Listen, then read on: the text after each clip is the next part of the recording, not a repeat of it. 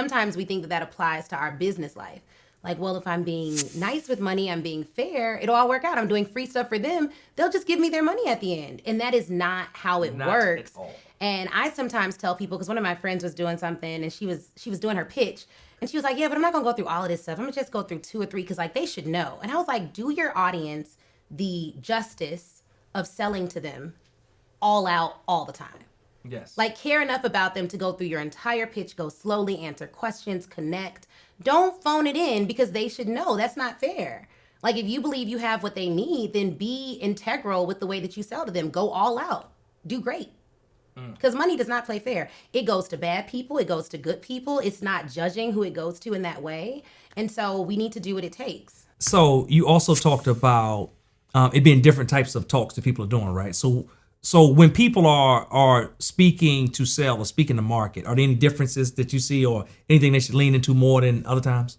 Yes. I think the way that you set up your speech is very different if I'm just being paid to do a training on how to build confidence for leaders versus I'm talking about how speakers can make more money speaking. So the way that you want to set up your talk when you're actually speaking to market or to get clients is first identity shifting. Like in the very beginning of your talk, you want to make sure that you are attracting and repelling.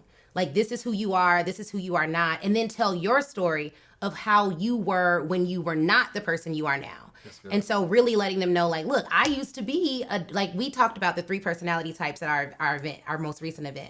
The decided, the person who knows exactly what they want and go toward it with all their might. The dabbler, the person who's like 50% of the time they're in, 50% of the time they're out. And then the doubter, the person who's like skeptical about everything and never takes action. So I told them about times when I was a doubter, when I was a dabbler, and when I became decided, and how my millions did not come until I was decided. It didn't come when I was like dabbling here, dabbling there, reading half a book, not implementing nothing, having a little mentor here, but then not doing what they say. Like it just didn't happen until I became decided.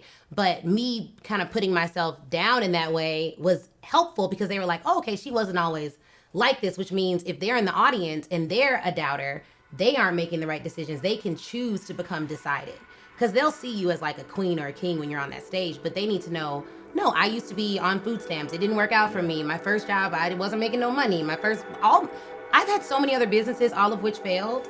And like, I can pinpoint why now that I have this business that's doing well. But telling those transparent stories that are real and showing them emotion, I think really helps. Thanks for listening to another episode of the Traffic Sales and Profit Show. Hey, do me a favor. If you enjoyed what you heard today, subscribe and follow us on this platform right now to make sure you do not miss a beat as we drop new episodes and additional content every single week. Also, if you'd like to get access to a free paperback copy of my book, access to the TSP Traffic Sales and Profit free Facebook group, our challenges, resources, our events, and more, make sure you visit us at www.trafficsalesandprofit.com/podcast.